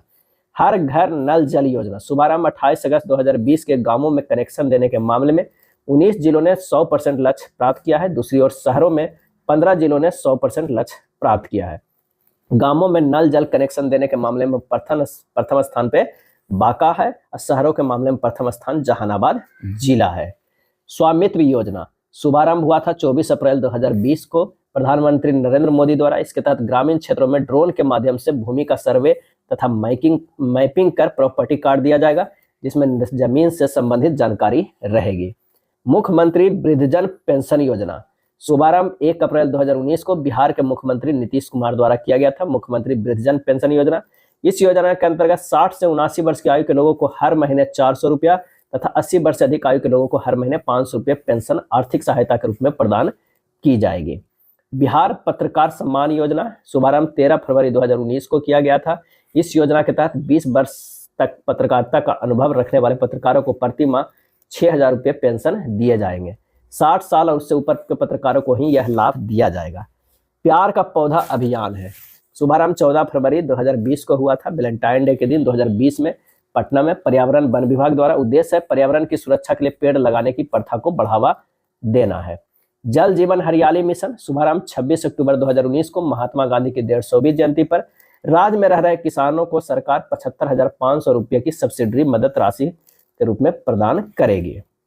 मुख्यमंत्री कन्या विवाह योजना, इस योजना के तहत गरीबी रेखा से नीचे के परिवारों को विवाह के समय 5,000 की आर्थिक मदद की जाती है। इस योजना का संचालन समाज कल्याण विभाग द्वारा किया जाता है। मुख्यमंत्री जो है वो फसल सहायता योजना, इस योजना के तहत वास्तविक उपज दर में 20% तक की कमी आने पर 7,500 रुपये प्रति हेक्टेयर तथा 20% से ज्यादा कमी आने पर 10,000 रुपये प्रति हेक्टेयर की राशि दी जाएगी। मुख्यमंत्री फसल सहायता योजना, यह सहायता राशि अधिकतम 2 हेक्टेयर पर ही दिया जाएगा। ई समर्थ योजना, सभी विद्यालयों को कंप्यूटर आधारित शिक्षा से जोड़कर मल्टीमीडिया पाठ्य सामग्री तैयार कर उसे कंप्यूटर एवं प्रोजेक्टरों की सहायता से बच्चों को पढ़ाने का प्रावधान है, वो है ई समर्थ योजना। दिव्यांग या विकलांगत पेंशन योजना, वैसे व्यक्ति जो 40% या उससे अधिक अपंग है तथा जो इंदिरा गांधी राष्ट्रीय विकलांगता पेंशन योजना के तहत शामिल नहीं है, उन्हें पेंशन दिया जाएगा। इस योजना के तहत 300 प्रति माह दैनिक खर्च के रूप में दिया जाएगा। साथ ही निःशुल्क बस या ट्रेन सेवा का लाभ भी प्राप्त होगा। मुख्यमंत्री परिवार लाभ योजना, समाज कल्याण विभाग द्वारा बीपीएल वाले परिवारों की आर्थिक सहायता के लिए इस योजना की शुरुआत की है। इसके अंतर्गत 18 से 60 वर्ष की आयु वर्ग के कमाऊ सदस्य के अकस्मात मृत्यु पर उसके आश्रितों को एक मुश्त जो है वो 20,000 रुपया की आर्थिक सहायता जो है वो दी जाती है। बिहार राज्य सरकार ने जातीय सर्वेक्षण 2023 के निष्कर्ष जारी किए, जिसमें पता चला कि अन्य पिछड़ा वर्ग ओबीसी और अति पिछड़ा वर्ग ईबीसी संयुक्त रूप से राज्य की कुल आबादी का 63% है। कितना है? 63% है।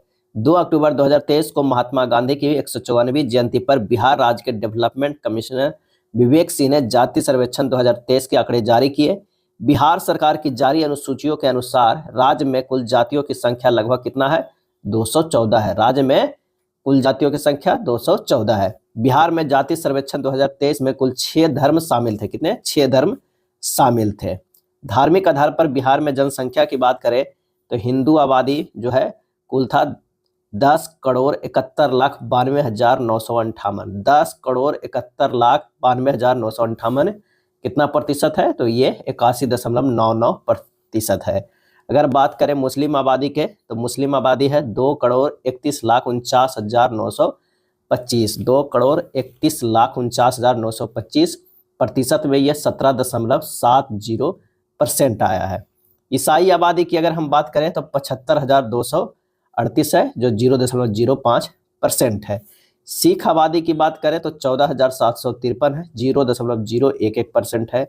बौद्ध आबादी जो है 1,11,201 है, 0.0851% है। जैन आबादी 12,523 है, जो 0.0096% है। अन्य धर्म की बात करें तो 1,66,566 है, 0.1274%। यानी इससे निष्कर्ष निकलता है कि सबसे कम जो आबादी है बिहार में, तो वो किसका है? जैन आबादी है। किसका है?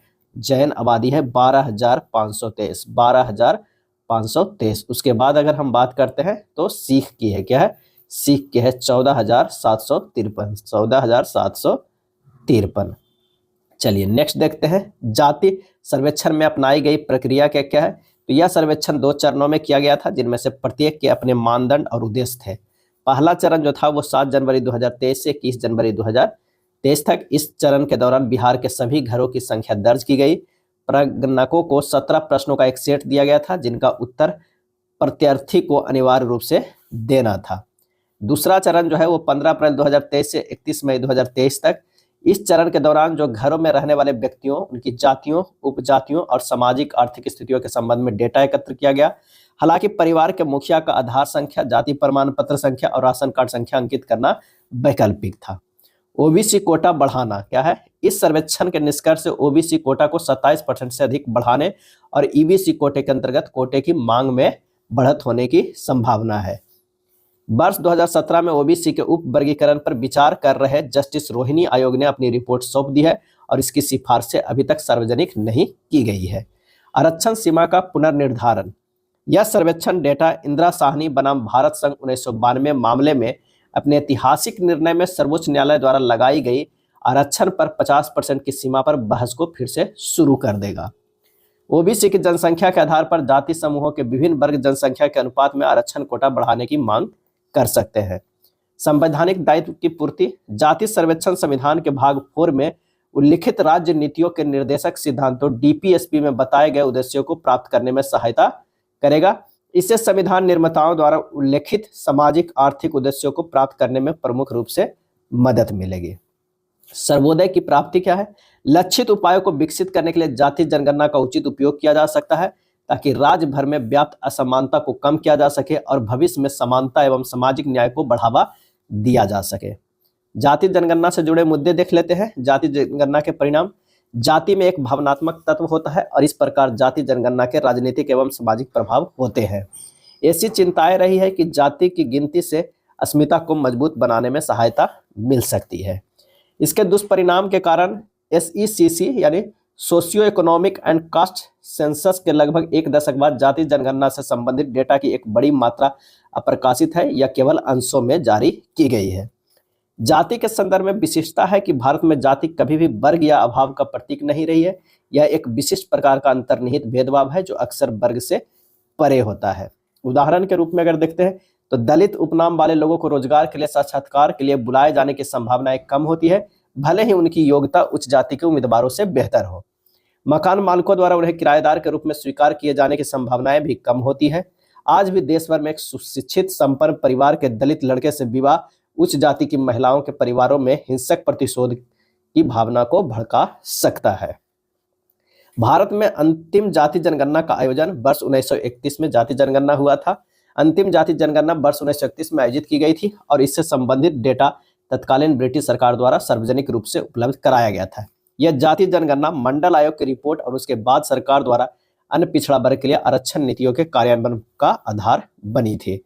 वर्ष 2011 की जनगणना की बात करें तो जनगणना आजादी के बाद पहली ऐसी जनगणना है जिसमें जाति आधारित डेटा एकत्र किए गए थे। हालांकि राजनीतिक पक्षपात और अवसरवादिता के भय से जाति से संबंधित आंकड़े सार्वजनिक नहीं किए गए। अब आइए देखते हैं चर्चित व्यक्ति की नियुक्तियां एवं निधन। अक्टूबर 2023 में बिहार के मनेर, पटना की शिप्रा सिंह ने फिलीपींस के मनीला में आयोजित 46वें मिसेज यूनिवर्स में मिसेज यूनिवर्स क्रिएटिविटी का खिताब जीता। शिप्रा सिंह ने फिलीपींस के मनीला में आयोजित 46वें मिसेज यूनिवर्स में मिसेज यूनिवर्स क्रिएटिविटी का खिताब जीता।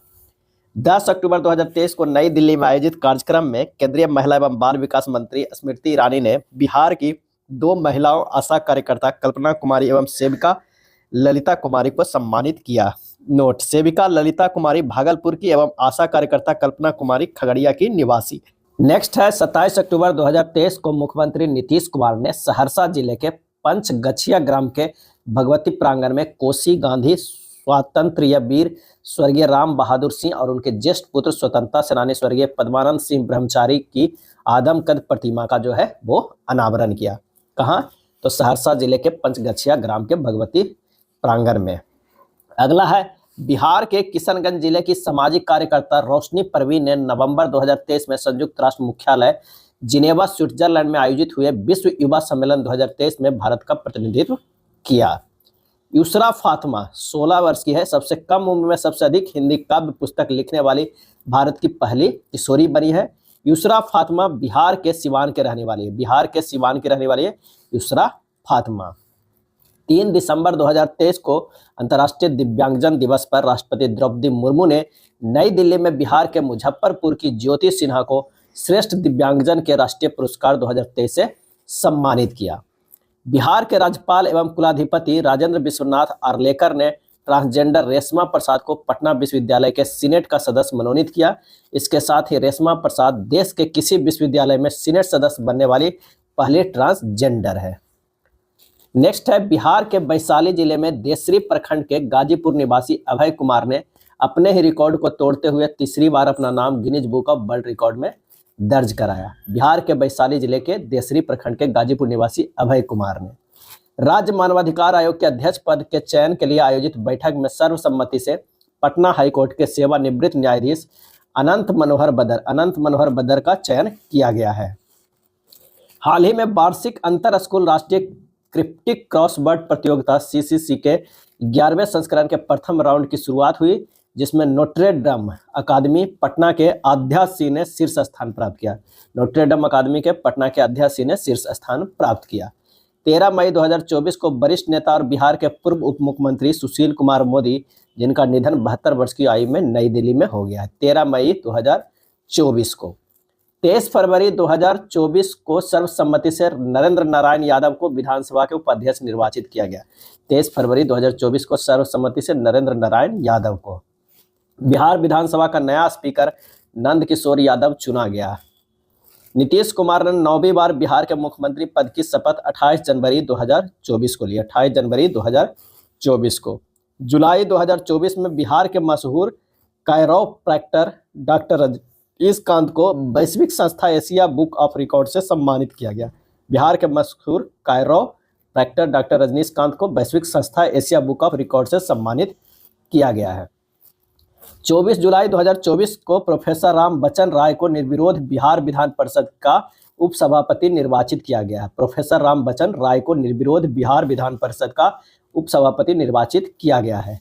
बिहार के बांका जिले की मूल निवासी मानवी मधु कश्यप देश की पहली ट्रांस वुमेन दारोगा के रूप में चयनित हुई। मानवी मधु कश्यप। बिहार के भोजपुर जिले से संबंध रखने वाली अनीमा कुमारी ने सर्बिया के बेलग्रेड में आयोजित वर्ल्ड डेफ चेस चैंपियनशिप 2024 में रजत पदक हासिल किया। केंद्रीय टेक्सटाइल मंत्री श्री गिरिराज सिंह बेगूसराय से सांसद द्वारा हाल ही में बेगूसराय में देश का 19वां निफ्ट घोषित हुआ। क्या देश का 19वां निफ्ट घोषित हुआ। हाल ही में बिहार खेल प्राधिकरण भागलपुर में, अब आइए खेल घटनाक्रम देख लेते हैं कि हाल ही में बिहार राज्य के खेल प्राधिकरण द्वारा भागलपुर में स्थित इंडोर स्टेडियम में द्वितीय बैडमिंटन प्रतिभा खोज प्रतियोगिता का आयोजन किया गया। क्या है? आयोजन किया। नेक्स्ट है, 29 अगस्त 2024 को राष्ट्रीय खेल दिवस के अवसर पर बिहार सरकार ने राज्य की पहली खेल अकादमी और बिहार खेल विश्वविद्यालय का उद्घाटन किया, जो राजगीर में अंतर्राष्ट्रीय खेल परिसर का एक हिस्सा है। बिहार खेल विश्वविद्यालय का और बिहार सरकार ने राज्य की पहली खेल अकादमी भी राजगीर में ये उद्घाटन किया। हाल ही में पटना के नॉलेज ग्राम कैंपस में CBSE east zone judo championship संपन्न हुआ, जिसमें पटना के छात्र श्वेतांक ने बेस्ट जुडोका अवार्ड अपने नाम किया। 7 नवंबर 2023 को बिहार राज्य खेल प्राधिकरण के महानिदेशक सह मुख्य कार्यकारी अधिकारी रविंद्रनंदन शंकरन ने बताया है कि तमिलनाडु के कोयम्बटूर में आयोजित हुए 38वीं नेशनल जूनियर एथलेटिक्स चैंपियनशिप 2023 में बिहार के गोपालगंज जिले की दुर्गा सिंह ने अंडर 18 दौड़ प्रतियोगिता में स्वर्ण पदक जीता है। गोवा में आयोजित हुए 37वें नेशनल गेम्स में बिहार के आरा जिले के शशि भूषण ने 1500 मीटर दौड़ में रजत पदक जीता है। पैरा एशियाई गेम्स में बिहार के जमुई जिले के एथलीट शैलेश कुमार ने हाई जंप स्पर्धा T63 में स्वर्ण पदक जीता है। पैरा एशियाई गेम्स 22 से 28 अक्टूबर 2024 के बीच चीन के हांगजोंग में आयोजित हुआ था। कहाँ हुआ था? चीन के हांगजोंग में आयोजित की गई थी। अगला है, रायपुर में आयोजित 7वीं national ranking open skating championship में बालिका वर्ग में बिहार के राधा कुमारी ने स्वर्ण पदक जीता है। 7वीं national ranking open skating championship में बालिका वर्ग में बिहार के राधा कुमारी ने स्वर्ण पदक जीता है। राष्ट्रीय स्तरीय कौशल प्रतियोगिता 2023-24 में बिहार ने 3 पदक जीते हैं। बिहार के बेगूसराय जिला के प्रियांश ने चीन के संघाई में आयोजित तीरंदाजी वर्ल्ड कप स्टेज 1 में स्वर्ण और रजत पदक दिलाया है। बिहार के बेगूसराय में आयोजित 52वें national senior men's handball championship में बिहार की टीम ने दिल्ली टीम को हराकर चैंपियन बना है। बिहार की टीम ने दिल्ली टीम को हराकर चैंपियन बना है। औरंगाबाद जिले की खुशी कुमारी अंडर-20 भारतीय महिला वॉलीबॉल टीम में शामिल होने वाली बिहार की पहली महिला खिलाड़ी बनी है। औरंगाबाद जिले की खुशी कुमारी अंडर-20 भारतीय महिला वॉलीबॉल टीम में शामिल होने वाली बिहार की पहली महिला खिलाड़ी बनी है। बिहार के पूर्णिया जिले में मीरा कुमारी को भारतीय पैराशूट टीम का कोच नियुक्त किया गया है। बिहार के पूर्णिया जिले के मीरा कुमारी को भारतीय पैराशूटिंग टीम का कोच नियुक्त किया गया है। बिहार के सारण जिले के हरेंद्र सिंह को राष्ट्रीय महिला हॉकी टीम का कोच बनाया गया। बिहार के सारण जिला के हरेंद्र सिंह को राष्ट्रीय महिला हॉकी टीम का कोच बनाया गया है। पैरा एशियन गेम्स 2023 में हाई जंप स्पर्धा T63 में बिहार के शैलेश कुमार ने स्वर्ण पदक जीता है। चौथा खेलो इंडिया यूनिवर्सिटी गेम्स 2024 में दरभंगा के ललित नारायण मिथिला यूनिवर्सिटी कास्ट के साथ 115वें स्थान पर रहा। राष्ट्रपति द्रौपदी मुर्मू ने बिहार के अररिया जिले के खो खो खिलाड़ी नसरीन शेख को अर्जुन अवार्ड से सम्मानित किया गया। नसरीन शेख को अर्जुन अवार्ड से सम्मानित किया गया है। बिहार के खिलाड़ी बॉबी कुमार ने थाईलैंड में आयोजित होने वाले 36वें King's Cup world sepak takraw championship में भाग लेने के लिए राष्ट्रीय टीम में चयन किया गया है। बॉबी कुमार बिहार के पटना जिले से संबंध रखते हैं। बिहार के जमुई से भाजपा विधायक श्रेयसी सिंह का पेरिस ओलंपिक 2024 के शॉटगन ट्रैप वुमेन प्रतियोगिता में चयन हुआ है। श्रेयसी से इससे पूर्व कॉमनवेल्थ गेम्स में गोल्ड मेडल 2018 जो है वो जीत चुकी है। नेक्स्ट है बिहार सरकार का आगामी लक्ष्य क्या क्या है, कब कब तक है, ये देखते हैं। टीवी को पूरी तरह खत्म करने का लक्ष्य है 2025 तक का है, 2025 तक। 100% साक्षरता प्राप्त करने का लक्ष्य है 2030 तक। एड्स को समाप्त करने का लक्ष्य रखा गया है 2030 तक रखा गया है। सौर ऊर्जा से लगभग 20% बिजली पाने का लक्ष्य जो है 2030 तक है। हेपेटाइटिस के पूरी तरह खत्म करने का लक्ष्य हेपेटाइटिस के तो ये 2030 तक है। उच्च शिक्षा के लिए 50% सकल नामांकन अनुपात हासिल करने का लक्ष्य कब तक है, तो 2035 तक है। बिहार का ग्रीन हाउस गैस उत्सर्जन में वृद्धि का लक्ष्य जो है 2070 तक है। बिहार सरकार शून्य कार्बन उत्सर्जन का लक्ष्य हासिल करने का लक्ष्य रखा है। बिहार सरकार शून्य कार्बन उत्सर्जन का लक्ष्य हासिल करने का लक्ष्य रखा है 2040 तक। अगला है हरित आवरण और पर्यावरण संतुलन को बढ़ाने के लिए 5 करोड़ पौधे लगाने का लक्ष्य रखा है 2025 तक। क्या है, 2025 तक। बिहार में हर घर प्रीपेड मीटर लगाने का लक्ष्य जो है वो मार्च 2025 तक है, मार्च 2025 तक। बिहार के निर्यात को 20 गुना बढ़ाकर देश के कुल निर्यात का 10% करने का लक्ष्य रखा गया। कब तक, तो 2025 तक। आत्मनिर्भर बिहार के 7 निश्चय 2 के 7 लक्ष्यों को प्राप्त करने का समय सीमा कब तक है, तो 2025 तक है। हर खेत पानी का लक्ष्य जो है 2025 तक है। कब तक, 2025 तक है। 10 लाख से अधिक नियुक्ति का लक्ष्य जो है वित्तीय वर्ष 2024-25 में है। बिहार में 7000 गांवों को दूध सहकारी समितियों को आच्छादित करने का लक्ष्य है 2024-25 है। बिहार राजस्व विभाग द्वारा बिहार में भूमि सर्वेक्षण कार्य को पूरा करने का लक्ष्य 2025 तक। पटना मेट्रो रेल परियोजना का कार्य पूर्ण करने का लक्ष्य जो है सितंबर 2024 तक है, जो कि पूरा नहीं हुआ है। अभी उम्मीद है कि 2025 लास्ट तक पूरा होने का है। बिहार का GSDP 15.24% वृद्धि करने का लक्ष्य है 2023-24 में। अब आइए देख लेते हैं विभिन्न रिपोर्ट सूचकांक में बिहार का स्थान। राष्ट्रीय बहुआयामी गरीबी सूचकांक 2023 नीति आयोग द्वारा जारी किया गया है। सबसे गरीब आया है बिहार का स्थान, 33.76% लोग जो गरीब है। प्रथम स्थान सबसे कम गरीब राज्य जो है वो केरल है। क्या है, केरल। अगला है जल जीवन सर्वेक्षण 2023 पेयजल एवं स्वच्छता विभाग के द्वारा जारी किया गया है। दूसरा स्थान शेखपुरा का, तीसरा स्थान सुपौल का आया है। प्रथम स्थान जो है वो समस्तीपुर का जल जीवन सर्वेक्षण 2023 की। आकांक्षी जिला डेल्टा रैंकिंग 2023 नीति आयोग द्वारा जारी किया गया है। दूसरा स्थान गया का, तीसरा स्थान जमुई का, पहला स्थान पूर्वी सिंहभूम का। गोवा छोटे राज्यों में जो है वो प्रथम स्थान आया है। 5th राज्य खाद्य सुरक्षा सूचकांक 22-23 में FSSAI द्वारा जारी किया गया है। 20वां आया है बिहार का स्थान, अंतिम आया है स्कोर 20.5। बड़े राज्यों में प्रथम स्थान केरल का है, छोटे राज्यों में गोवा प्रथम स्थान आया है। एक्सपोर्ट इंडेक्स की बात करें, नीति आयोग द्वारा जारी किया जाता है। बिहार का स्थान 22वां आया है, पहला स्थान तमिलनाडु का आया है। स्वास्थ्य सूचकांक रिपोर्ट नीति आयोग एवं स्वास्थ्य मंत्रालय द्वारा जारी 19वां स्थान आया है बिहार का। बड़े राज्यों में सबसे अंतिम स्थान पे आया है और प्रथम स्थान जो है वो केरल का है। स्वच्छता सर्वेक्षण 2023 आवास एवं शहरी मंत्रालय द्वारा जारी किया गया है। 15वां स्थान आया है, स्कोर है 1815.25। इंदौर व सूरत जो है संयुक्त रूप से प्रथम स्थान पे आया है। India justice report 2022 Tata trust द्वारा जारी किया जाता है। 16वां स्थान आया है बिहार का, स्कोर 4.32। प्रथम स्थान जो आया है वो कर्नाटक का आया है। Ease of living index, ease of living index 2022 की अगर हम बात करें तो आवास एवं शहरी मंत्रालय, बड़े शहरों में पटना का स्थान जो है वो 33वां, छोटे शहरों में सबसे खराब मुजफ्फरपुर का, बड़े शहरों में प्रथम स्थान बेंगलुरु का, छोटे शहरों में प्रथम स्थान शिमला का आया है। राज्य ऊर्जा और जलवायु सूचकांक 2022 नीति आयोग के द्वारा जारी किया गया है। 15वां स्थान बिहार का आया है, स्कोर 38.3 है। बड़े राज्यों में गुजरात प्रथम स्थान और छोटे राज्यों में गोवा प्रथम स्थान आया है। सामाजिक प्रगति सूचकांक 2022 पीएम की आर्थिक सलाहकार परिषद के द्वारा जारी किया गया है। बिहार का स्थान 35वां, नीचे से दूसरा, स्कोर 44.47। पहला स्थान जो आया है वो पुडुचेरी का, क्या है, पुडुचेरी का। डेल्टा रैंकिंग जनवरी 2023 के लिए नीति आयोग द्वारा पहला स्थान खगड़िया, चौथा शेखपुरा, खगड़िया बिहार का जो है प्रथम स्थान आया है। फोर्थ राज्य खाद्य सुरक्षा सूचकांक 21-22 FSSAI द्वारा जारी 16वां स्थान आया है बिहार का, अंतिम से दूसरा। बड़े राज्यों में स्कोर 30.0, बड़े राज्यों में तमिलनाडु पहला स्थान, छोटे राज्यों में गोवा। 7वां पब्लिक अफेयर्स इंडेक्स 2022 की बात करें, पब्लिक अफेयर्स सेंटर बेंगलुरु के द्वारा जारी किया गया है। 15वां स्थान आया है, स्कोर 0.461। बड़े राज्यों में हरियाणा जो है वो प्रथम स्थान पे आया है।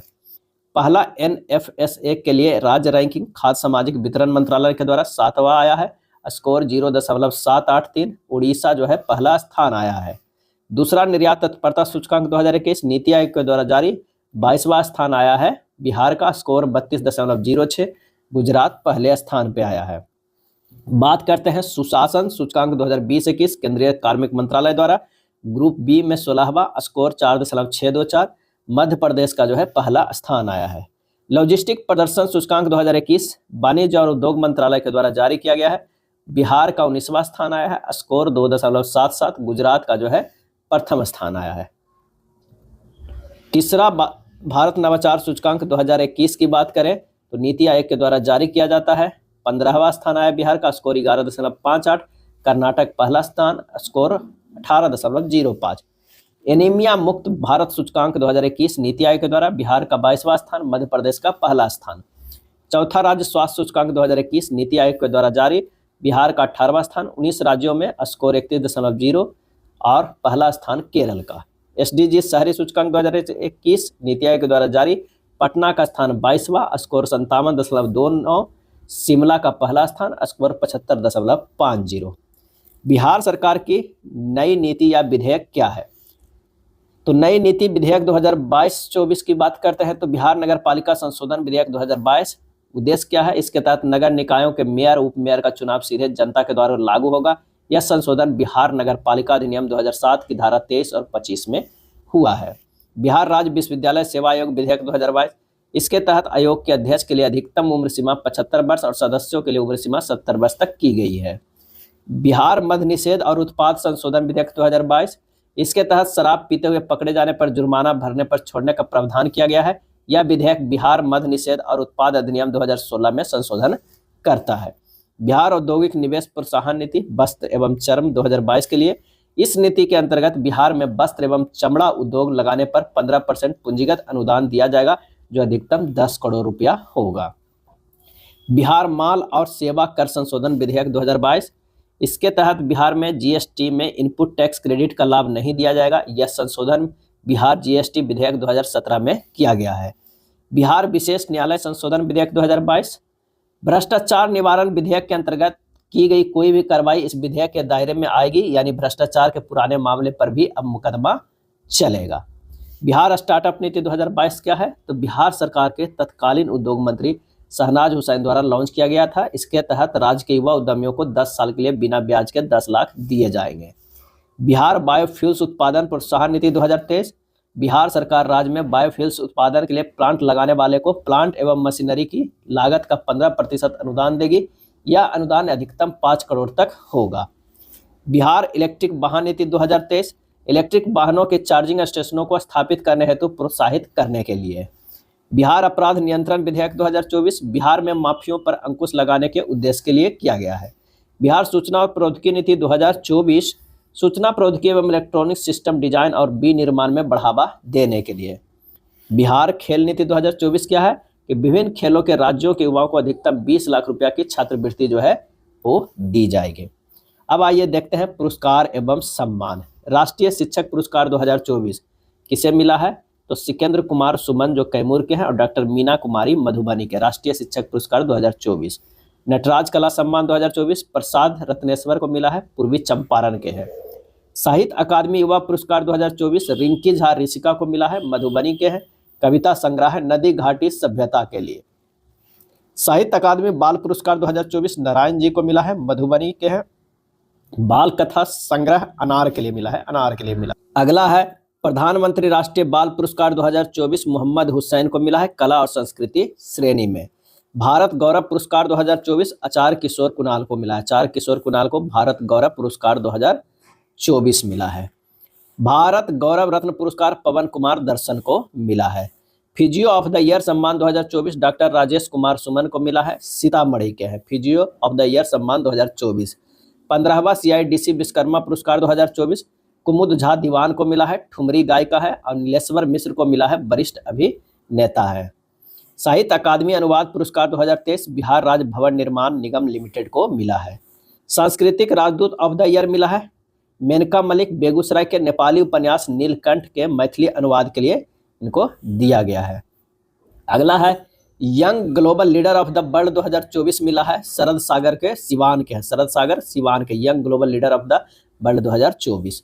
हिंदी साहित्य शिरोमणि अवार्ड मिला है राम आश्रय गोयल को, राम आश्रय गोयल को मिला है। साहित्य अकादमी पुरस्कार 2024 बासुकीनाथ झा को मिला है, समस्तीपुर के। मैथिली भाषा निबंध संग्रह बोध संकेतन के लिए साहित्य अकादमी पुरस्कार 2024 बासुकीनाथ झा। साहित्य अकादमी युवा पुरस्कार 2024 मैथिली के लिए संस्कृति मिश्र को मिला है। मैथिली साहित्य सम्मान 2023 सियाराम झा सरस को मिला है। बिहार केसरी सम्मान, बिहार केसरी सम्मान मिला है खान सर को मिला है, शारदा सिंह को मिला है और शांति राय को। खान सर, शारदा सिंह और शांति राय 3 लोगों को मिला है बिहार केसरी सम्मान। बिहार रत्न सम्मान मिला है बिहार के कला एवं संस्कृति विभाग किन्नर महोत्सव के आयोजन के लिए मिला है। स्कॉच सिल्वर अवार्ड 2023 मिला है खुशबू झा को, क्या है? खुशबू झा को। साहित्य अकादमी बाल पुरस्कार 2023 मिला है अक्षय अनंत सन्नी को। मैथिली कविता संग्रह ओल कतरा झोल कतरा के लिए, ओल कतरा झोल कतरा के लिए मिला है साहित्य अकादमी बाल पुरस्कार 2023 अक्षय अनंत सन्नी को। स्वच्छ सुजल शक्ति सम्मान 2023 बबीता गुप्ता को मिला है, सीहो मुजफ्फरपुर बिहार के। 32वां बिहारी पुरस्कार 2022 मिला है डॉक्टर माधव हाडा के, उदयपुर पुस्तक पचरंग चोला पहन सखीरे के, उदयपुर के पुस्तक पचरंग चोला पहन सखीरे के 32वां बिहारी पुरस्कार 2022। अब आखिरी टॉपिक देखते हैं इस वीडियो का, चलते चलते में एक नजर। 10 सितंबर 2024 को केंद्रीय मंत्री राजीव रंजन सिंह ने सामाजिक रूप से न्याय संगत एवं सामाजिक रूप से सुरक्षित पंचायतें विषय पर 3 दिवसीय राष्ट्रीय कार्यशाला का उद्घाटन सम्राट अशोक कन्वेंशन सेंटर के ज्ञान भवन पटना में किया। हाल ही में centre for development of advance computing CDEC Patna द्वारा परम बुद्ध नाम से बिहार का पहला सुपर कंप्यूटर विकसित किया गया। परम बुद्ध नाम से बिहार का पहला सुपर कंप्यूटर विकसित किया गया, काफी इंपॉर्टेंट है। अगला है 12 अगस्त 2024 को राज्य सरकार के ने दरभंगा एम्स अखिल भारतीय आयुर्विज्ञान संस्थान एम्स के निर्माण के लिए केंद्र को 150 एकड़ जमीन हस्तांतरित किया, 150 एकड़। 8 अगस्त 2024 को बिहार सरकार ने राज्य के सभी मंदिरों, मठों और ट्रस्टों का पंजीकरण अनिवार्य कर दिया है। सरकार ने राज्य के सभी जिलाधिकारियों को निकायों की अचल संपत्तियों का विवरण बिहार राज्य धार्मिक न्यास बोर्ड BSBRT को देने का निर्देश दिया। BSBRT राज्य सरकार के विधि विभाग के अधीन कार्य करता है। नेक्स्ट है अगस्त 2024 में राज्य पर्यावरण प्रभाव आकलन प्राधिकरण ने बिहार के पूर्वी चंपारण जिले में बन रहे विराट रामायण मंदिर की ऊंचाई 270 फीट करने को अपनी मंजूरी दे दी है, 270 फीट करने को अपनी मंजूरी दे दी है। 25 जुलाई 2024 को 10वें राष्ट्रीय सामुदायिक रेडियो पुरस्कार के विजेताओं की घोषणा की गई। विषयगत श्रेणी में बिहार के सारण के रेडियो मयूर को उसके टेक सखी कार्यक्रम के लिए प्रथम पुरस्कार दिया गया है। 24 जुलाई 2024 को बिहार विधानसभा ने राज्य में सरकारी भर्ती परीक्षाओं में प्रश्न पत्र लीक और अन्य गड़बड़ियों पर अंकुश लगाने के उद्देश्य से सार्वजनिक परीक्षा अनुचित साधनों की रोकथाम विधेयक 2024 जो है वो पारित किया है। केंद्रीय बजट 23 जुलाई 2024 में वित्त मंत्री निर्मला सीतारमण द्वारा कोसी के जल के दोहन और उपयोग के लिए 11,500 करोड़ रुपए की राशि का आवंटन किया गया है। कोसी के जल के दोहन और उपयोग के लिए 11,500 करोड़ रुपए राशि का आवंटन किया है। 23 जुलाई 2024 के वित्त मंत्री निर्मला सीतारमण ने अपने केंद्रीय बजट भाषण के दौरान बिहार के विष्णुपद मंदिर और बोधगया के महाबोधि मंदिरों के लिए कॉरिडोर परियोजनाएं बनाए जाने की घोषणा की है। 12 अगस्त 2024 को बिहार सरकार ने राज्यव्यापी हर घर तिरंगा अभियान शुरू किया है। अभियान के तहत अधिक से अधिक लोगों को अपने घरों और व्यावसायिक प्रतिष्ठानों पर राष्ट्रीय ध्वज फहराने के लिए प्रोत्साहित किया है। बिहार हिंदी में मेडिकल की पढ़ाई शुरू करने वाला देश का दूसरा राज्य बना, जबकि प्रथम जो बना था वो मध्य प्रदेश बना था। बिहार के पटना में वैश्विक आईटी कंपनी एचसीएल द्वारा अपना पहला वैश्विक डिलीवरी केंद्र शुरू किया। एचसीएल द्वारा अपना पहला वैश्विक डिलीवरी केंद्र शुरू किया गया है। दानापुर पटना में वीर नारी सम्मान समारोह 2024 का आयोजन किया गया है। देश में 1 जुलाई 2024 से 3 नए आपराधिक कानून लागू होने के बाद इसके तहत बिहार में पहली प्राथमिकी बाइक चोरी मामले में गया जिला स्थित राजकीय रेल पुलिस थाने में दर्ज की गई। 3 नए आपराधिक कानून लागू होने के बाद इसके तहत बिहार में पहली प्राथमिकी बाइक चोरी मामले में गया जिला स्थित राजकीय रेल पुलिस थाने में दर्ज की गई है। हाल ही में जारी एक रिपोर्ट के अनुसार बिहार पुलिस की डायल 112 सेवा इमरजेंसी कॉल हैंडलिंग के मामले में बिहार देश भर में दूसरे स्थान पर है।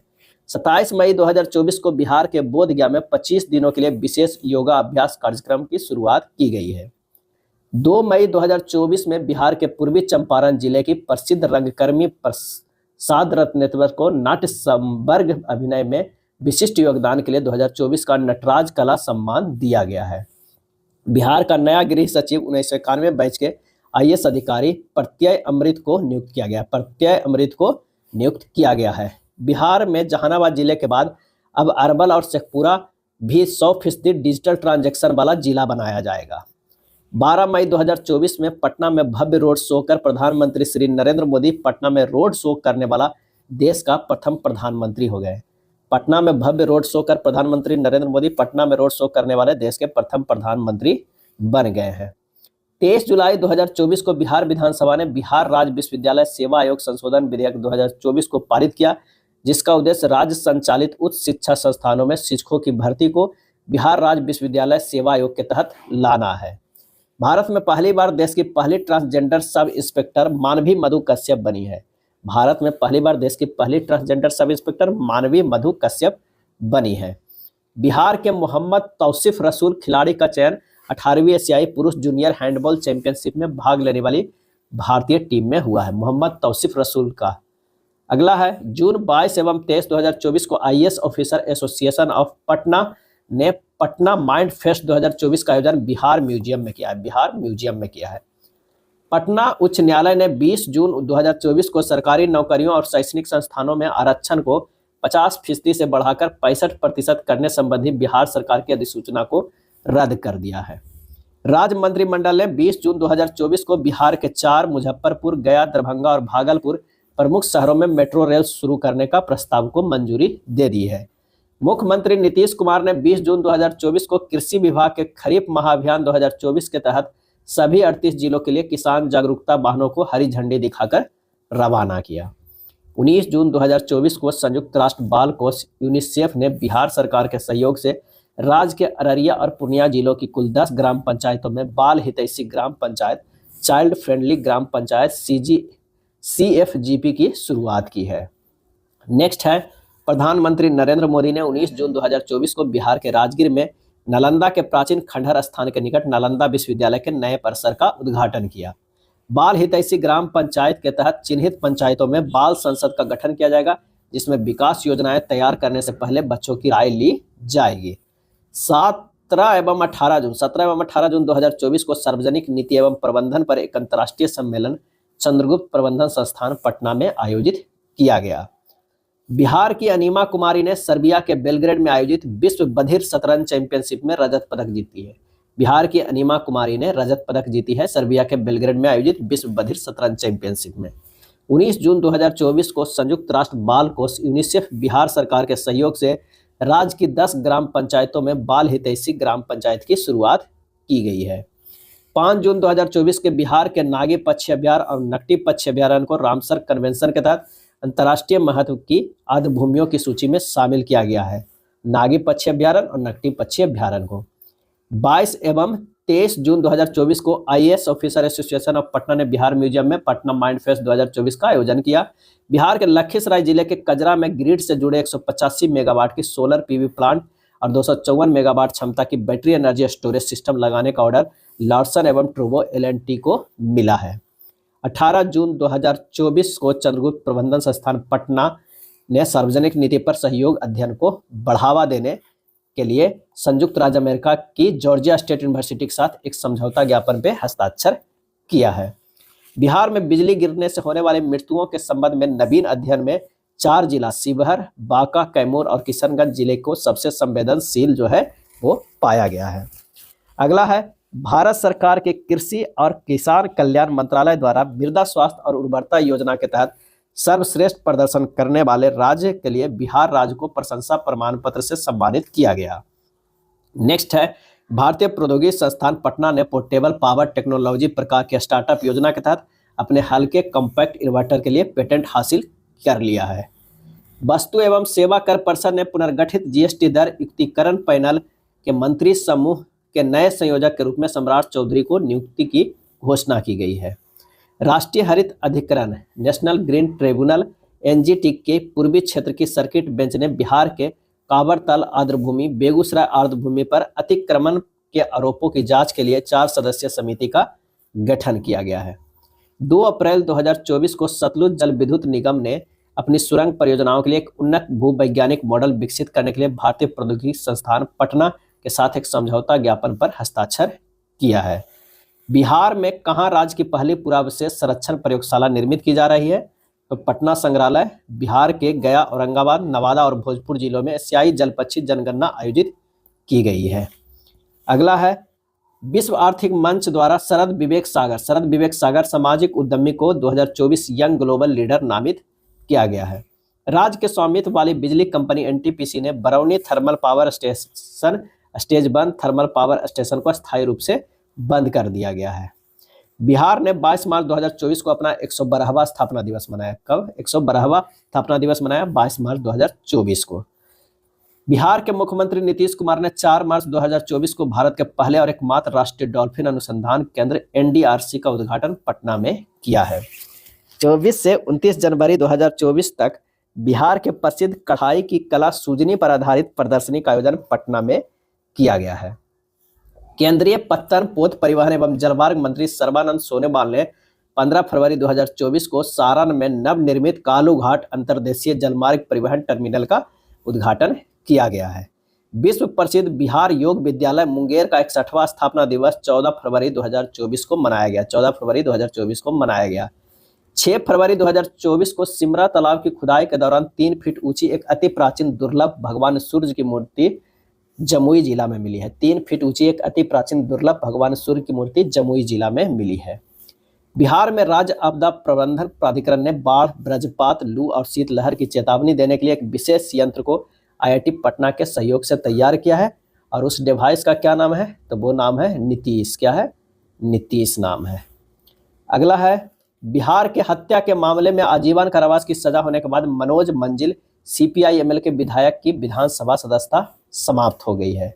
स्विस संगठन IQ एयर द्वारा जारी विश्व वायु गुणवत्ता रिपोर्ट 2023 के अनुसार बिहार का बेगूसराय जिला विश्व का सबसे अधिक प्रदूषित शहर या महानगरीय क्षेत्र रहा है। विश्वविद्यालय अनुदान आयोग यूजीसी ने बिहार केंद्रीय विश्वविद्यालय CUSB की श्रेणी 1 दर्जा दिया गया है। बिहार विधानसभा ने सर्वसम्मति से अनुसूचित जाति, अनुसूचित जनजाति, अत्यंत पिछड़ा जाति, अत्यंत पिछड़ी जातियों के लिए राज्य सरकार की नौकरियों में आरक्षण का कोटा 50% से बढ़ाकर 65% करने से संबंधित संशोधन विधेयक 9 नवंबर 2023 में पारित किया गया। बिहार में जातिगत जनगणना रिपोर्ट के अनुसार राज्य के लगभग 1/3 परिवार गरीबी रेखा से नीचे गुजर बसर कर रहे हैं। बिहार सरकार ने जाति सर्वेक्षण रिपोर्ट 2 अक्टूबर 2023 जारी की है। केंद्रीय विद्युत और नवीन एवं नवीकरणीय ऊर्जा मंत्री आर.के. सिंह ने 18 अगस्त 2023 को बिहार के लखीसराय जिले में पावर ग्रिड के उप स्टेशन के विस्तार की आधारशिला जो है वो रखी है। अगला है, बिहार राज्य ने गैंडा संरक्षण को पुनर्जीवित करने के लिए राइनो टास्क फोर्स का गठन किया है। राइनो टास्क फोर्स का बिहार का पहला सुपर कंप्यूटर परम Buddha centre for development of advance computing CDAC Patna द्वारा विकसित किया गया है। सीडैक पटना द्वारा विकसित किया गया है। राष्ट्रीय बाल अधिकार संरक्षण आयोग एनसीपीसीआर के चेयरमैन ने बिहार के सरकारी वित्त पोषित मदरसों में अतिवादी पाठ्यक्रम और इन स्कूलों में हिंदू बच्चों के नामांकन पर गंभीर चिंता जताई है। बिहार में कोसी मेची लिंक परियोजना का उद्देश्य कोसी और मेची नदियों को आपस में जोड़ना है। यह पहल जल संसाधनों के प्रबंधन और क्षेत्र में सिंचाई की एक बृहद परियोजना का हिस्सा है। हाल ही में शोधकर्ताओं की एक टीम ने बिहार के गया में ब्रह्मयोनी पहाड़ी पर औषधीय पौधों की एक श्रृंखला की खोज की है, जिसमें जिम्मेम्मा सिल्वेस्ट्रे आमतौर पर गुड़मार के रूप में जाना जाता है। एक उल्लेखनीय खोज है जिसे मधुमेह रोधी जड़ी बूटी के रूप में जाना जाता है। बिहार के मुख्यमंत्री ने बिहार के नवादा जिले के बरसल्लीगंज औद्योगिक क्षेत्र में गौतम अडानी की अंबुजा सीमेंट लिमिटेड की सहायक company Ambuja concrete north private limited की 1600 करोड़ रुपए की सीमेंट ग्राइंडिंग इकाई की आधारशिला रखी है। हाल ही में मुख्यमंत्री नीतीश कुमार ने पटना के कुम्हरार में देश का सबसे बड़े परीक्षा केंद्र बापू परीक्षा परिसर का उद्घाटन किया। इस परीक्षा केंद्र पर 16 से 20 हजार विद्यार्थी ऑनलाइन और ऑफलाइन परीक्षा दे सकेंगे। इसके साथ ही मुख्यमंत्री ने बापू परीक्षा परिसर में पौधारोपण भी किया है। हाल ही में बैंकर समिति ने राज्य सरकार को मिली रिपोर्ट के अनुसार बिहार के आकांक्षी जिलों में बैंकिंग सुविधा पहुंचाने के मामले में पूर्णिया जिला शीर्ष पे है। पूर्णिया जिला शीर्ष पे है। सहरसा जिले में मुख्यमंत्री सूक्ष्म एवं लघु क्लस्टर विकास योजना के तहत मखाना उद्योग का केंद्र सहरसा में स्थापित होगा। मखाना उद्योग का केंद्र जो है वो सहरसा में स्थापित होगा। वित्त विभाग ने बताया है कि औरंगाबाद, नवादा और पूर्णिया में अटल पेंशन योजना की उपलब्धि 200% से भी अधिक रही है। यह था बिहार का वार्षिक करंट अफेयर्स। अगर वीडियो अच्छा लगा तो लाइक एंड शेयर कर दीजिएगा। धन्यवाद।